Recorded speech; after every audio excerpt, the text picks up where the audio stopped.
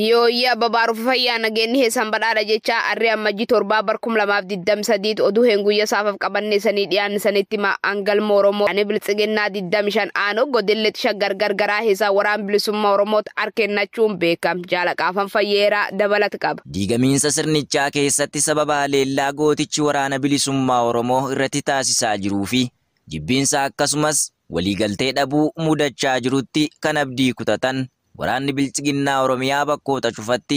wobootti harka kennachaa jiru. Haaluma kanaan torbee kana keessa qofa godina lixa shaggar aanaa daannoo Jibaat Dirreen Cinni Ammayyaa fi magaalaa Baabbichiirraa waraanni biltsiginnaa 25 sirna cubbamaa ilmaan Oromoo ajjeesaa fi qeerraa godaansisaa jiru ganuun gooticha waraana bilisummaa Oromootti harka kennatanii jiru. Loltoonni biltsiginnaa wobootti harka kennatan poolisoota humna addaa Oromiyaa fi raayyaa ittisa impaayiratti yoo ta'u qawwee Akaamaa 25 rasaasa Akaamaa 3750 boombii harkaa fi hidhannoo 25 mooraa diinaa keessaa baasuun mooraa qabsoo bilisummaa Oromoo ittiin gabbisanii jiru. Loltoonni biltsiginnaa kun yaada isaanii arraata biyyoolessa Oromiyaaf akka ibsanitti sirni isaan guyyoomsaa fi dirqiin qabamanii tajaajilaa jiran kun murna dhuunfaa isaa fi garee seenaa xurii durii leellisu fayyaduuf hojjechaa jiruu fi uummata Oromoo ammoo miidhuu waan ta'eef sirna akkasii utubuun dogoggora jennee hubachuun qawwee isaanii fuune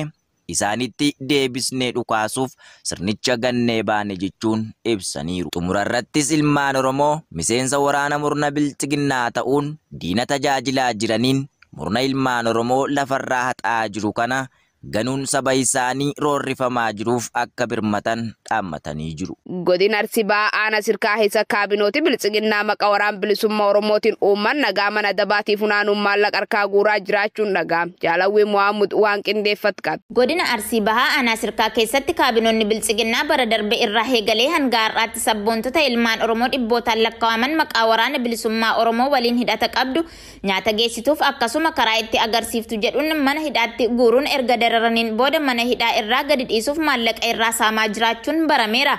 Kaabineen biltsiginnaa aanichaa kunneen sabboontota ilmaan Oromoo mana hidhaatti erga guuraniin booda isin ajjeefne yookaan waggaa tokkoof leenjii xolleetti isin ergina kanaaf of oolchuu yoo feetan maallaqa kaffalaa mana hidhaatii gadi isin lakkifna jechuun sodaachisanii qarshii gurguddaa hidhamtoota siyaasaa irraa fuuchaa jiraachuun dubbatameera. Gocha yaraa kaabinoonni aanichaa raawwataa jiran kanaan namootni hedduun maallaqa kaffalanii mana adabaarraa ba'aa kan turan yoo ta'u namoonni 9 garuu maallaqa gurguddaa kaffaluun hanga har'aatti osoo gad hin dhiifamin mana hidhaa keessatti waggaa tokko oliif dararamaa jiraachuutu dubbatama. Aanaa sirkaa keessatti kaabinoonni adda durummaan namoota nagaatti bobba'anii gocha saamichaa kana raawwataa jiran Mohaammed Hajii hoogganaa waajjira nageenyaa aanaa sirkaa, Seefuu Dawwallee hoogganaa waajjira milishaa aanaa sirkaa, Jaabir Hasuu hoogganaa waajjira paartii biltsiginnaa aanaa sirkaa, Haji Kadir hoogganaa waajjira abbaa alangaa aanaa sirkaa, Inspektar Qeerransoo hoogganaa waajjira poolisii aanaa sirkaa, Saajin Kabbadaa abbaa adeemsa waajjira poolisii aanaa sirkaa, Gannaa Galatoo Ramadamaa godinaa aanaa sirkaa deeggaraa jiru yoo ta'an namoonni kunneen bulguu aanaa sirkaa keessatti namoota qulqulluu gidirsuun maallaqa harkaa saamaa jiran ta'uu jiraattonni aanichaa dubbataniiru. Impaayeri Itoophiyaa kufaatii dinagdee heesseen miindaa hojjettoota mootummaa irraa muruu eegalan jaalmurteessa bantii dabalat qaba. Annaa fi saamichaan akkasumallee kadhaatiin waraana isaa jiraachisaa kan ture mootiin Impaayera Itoophiyaa kufaatii dinagdee hamaa keessa galuun maqaa misoomaatiin mindaa hojjettoota sarraa ciruu eegale. Korporeeshiniin ijaarsa Oromiyaatti mootummaan mindaa nurraa kutuun maaliif jennee yoo gaafannutti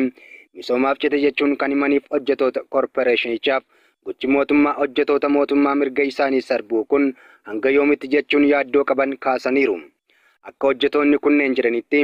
yerootti hojjetaan mootummaa qaala'insa jireenyaa dandamachuu dadhabee rakkoo hamtuu keessa jirutti qarshii ji'aan argamturraa mindaa misoomaaf jedhanii kutuun ittuu boolla rakkinaa keessatti nama gatuudha malee biyyi kanaan misoomtus hin jirtu jedhan. Yoo gaafanne rakkoo ilaalchaa qabdu waan jedhamnuuf hanguma isaan nutti kennan fudhannee callisuu malee carraa hin qabnu kan jedhan hojjettoonni kun maqaa misoomaa fi deeggarsa garaa garaatiin qarshiin fedhii isaanii malee irraa citaa jirutti akka gaddan dubbataniiru. Waraanni murni biltsiginnaa godina Wallaggaa aanaa Limmu Galiilaa keessatti manaaf midhaan uummataa guban dabalati isaatiif jaalnimoona Faayisaa. Murni ilmaan Oromoo qeerraa waraana isaa fi finxaaleeyyii Amaaraa itti bobbaasuun buqqisee dararuu fi obdii isaa keessatti ajjeesee gubuu bulchiinsa gocha badiisaa kana tarsiima waraanaa godhachuun hojjechuu itti fufee jira.